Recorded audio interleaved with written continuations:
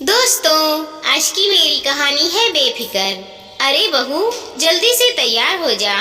आज तेरी मामी सास का फोन आया था।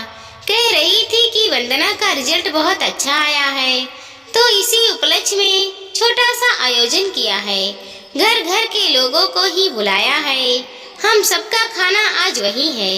कह रही थी कि आप लोग जल्दी आ जाना और ललिता को तो जरूर से ले आना। मैं तैयार हो रही हूँ, तू भी जल्दी से तैयार हो जा। अभी थोड़ी देर में ही निकलते हैं। अभी ललिता घर में थकी हारी घुसी ही थी कि सास मालती जी ने उत्साहित होते हुए कहा। ये सुनकर ललिता का मूड ऑफ हो गया। कहाँ तो सोचा था कि घर जाकर थोड़ा आराम करूँगी, अब मम्मी जी के मायके जाना पड़ेगा। सब जानती थी वो कि मामी सास क्यों बुला रही है। एक पल के लिए उसके पैर वहीं जम गए। उसे वहाँ चुपचाप खड़ा देखकर मालती जी ने कहा, अरे बहू जल्दी कर, हमें जल्दी ही बुलाया है, जाकर थोड़ी बहुत उनकी मदद कर देंगे। तेरी मामी सास को तो घर का खाना ही पसंद है, इसीलिए कोई महाराज भी नहीं लगाती। अब हम तो घर के लोग हैं, जाकर सिर्फ खाते हुए ही तो अच्छे नहीं लगते। उनकी बहू ने भी कहा है कि ललिता भाभी को जरूर लेकर आना, इसलिए कि थोड़ी बहुत मदद करवा देती। मदद, ये शब्द हथौड़े की तरह ललिता के दिमाग पर लग रहा था। मामी सास महाराज क्यों नहीं लगाती, ये वो अच्छे से जानती थी। और इस मदद शब्द से तो उन लोगों का दूर दूर तक कोई नाता नहीं था।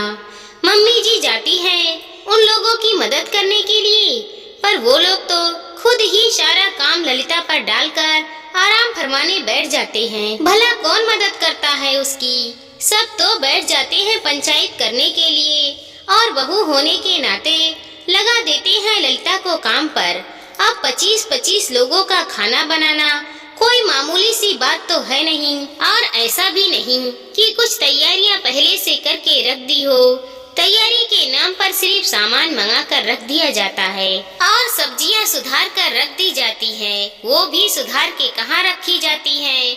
सभी मौसी सास और मामी सास बैठकर पंचायत करते समय साफ कर रही होती है। इस बीच में ललिता को चाय का ऑर्डर भी देती जाती है। साथ ही साथ तारीफ के झंडे पर भी उनकी सास मालती जी को चढ़ाती जाती है। अरे मालती जी, वाकई बड़ी खूब किस्मत पाई है आपने, जो इतनी अच्छी बहू मिली है। भैया कुछ भी कहो, कहना पड़ेगा, ललिता पूरा काम संभाल लेती है। ये होती है तो हम बेफिक्र हो जाते हैं। और देखो ना, सबको इसी के हाथ का खाना पसंद आता है, इसीलिए सब्जी तक बनाने नहीं देती मुझे। नहीं तो मैं कम से कम सब्जी तो बनाकर रख ही सकती हूँ। मामी सास अपनी चिकनी चुकड़ी बातों को कहती तो मालती जी अपनी बहू पर बलिहारी जाती। लेकिन अभी पिछले बार की ही बात है, नाना ससुर जी का श्राद्ध था।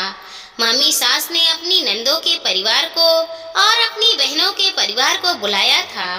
कुल मिलाकर 40 लोग हो गए थे। उस दिन भी मालती जी ने ललिता की छुट्टी करवा दी, क्योंकि श्राद्ध तो सुबह ही निकलता है। लेकिन घर के कामकाज में ही 11 बज गए।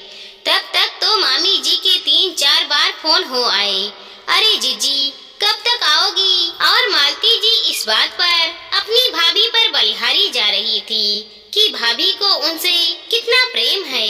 इस बार तो ललिता ने भी सोचा कि अब मामी सास की बहू आ चुकी है, तो चलो मदद तो मिल ही जाएगी। मदद क्या मिल जाएगी, बल्कि मैं उनकी मदद कर दूंगी।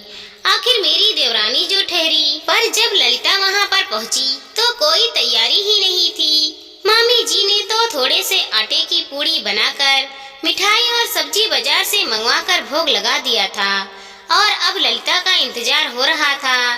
जब मालती जी ने इस बारे में पूछा तो मामी जी बोली, अरे सबको ललिता के हाथ का ही खाना पसंद है, इसीलिए महाराज नहीं लगाया। और बहू अभी नहीं है, उससे इतना काम नहीं होता। ललिता को तो आदत हो चुकी है, वैसे भी सबका बुलावा तो दोपहर का है। मालती जी ने तो कुछ नहीं कहा, पर ललिता को सब कुछ समझ आ रहा था। महाराज के पैसे बचाने के चक्कर में उससे सारा काम करवा लिया जाता है और अब नई बहू के होते हुए भी ललिता को ही काम पर लगाया जा रहा है। पर मालती आखिर वहाँ ललिता को ही काम पर लगना पड़ा। यहाँ तक कि उनकी बेटी वंदना भी ललिता की मदद के लिए नहीं आई और अपने सहेलियों के साथ घूमने चली गई। इस कारण इस बार चाहे कुछ भी हो जाए, ललिता ने मन पक्का कर लिया था। उसे महाराज की कोई जगह नहीं लेनी, चाहे कुछ भी हो जाए। उसे अब अपने आप को इस्तेमाल करने से रोकना है। सोचते सोचते ललिता ने कहा, मैं शाम को आ जाऊंगी, आप चाहे तो अभी चले जाओ, लेकिन मामी जी को तो तेरे हाथ का खाना पसंद है और उन्होंने खासकर कहा है कि ललिता को लेकर आना। मालती जी बोली, मम्मी जी वो सब तो ठीक है, पर मैं अभी अभी तो आई हूँ, थक चुकी हूँ, मैं शाम को ही आऊंगी। अरे कभी कभार तो चलता है, रोज तो आकर आराम करती ही हो ना। मालती जी पूरा जोर लगाते हुए बोली, पर इस बार तो ललिता पूरी तरह से तैयार थी। नहीं मम्मी जी, आज वाकई मुझ में हिम्मत नहीं है, मैं शाम को ही आऊंगी। वैसे भी मैं कोई महाराज तो नहीं जो इतने लोगों का खाना बनाती रहूं। मामी जी की बहू अब तो थोड़ा बहुत पुरानी हो चुकी है, वो ये काम संभाल लेगी। आप चले जाइए, आपका मायका आपको ही मुबारक, कहकर ललिता अंदर कमरे में चली गई। मालती जी को ललिता का ये सब कहना बुरा तो लगा, पर समझ में तो उन्हें भी नहीं आ रहा था। खैर उन्हें तो अपने मायके जाना ही था, तो वो अपने मायके पहुंच गई। जाकर देखा तो वहाँ इस बार भी कोई तैयारी नहीं थी। ललिता को उनके साथ न देखकर मामी जी बोली, अरे जीजी आप अकेली आई हो, ललिता कहाँ है? भाभी आज वो बहुत थक गई थी, इसीलिए वो नहीं आ पाई, वो शाम को ही आएगी। इतना सुनते तो मामी सास के पैरों तले जमीन खिसक गई। अब इतनी जल्दी महाराज कहाँ से मिलेंगे? ऊपर से इतना सारा सामान मंगवा लिया वो अलग। अब काम को देखकर मामी जी, उनकी बहू और बेटी के हाथ पैर फूल रहे थे।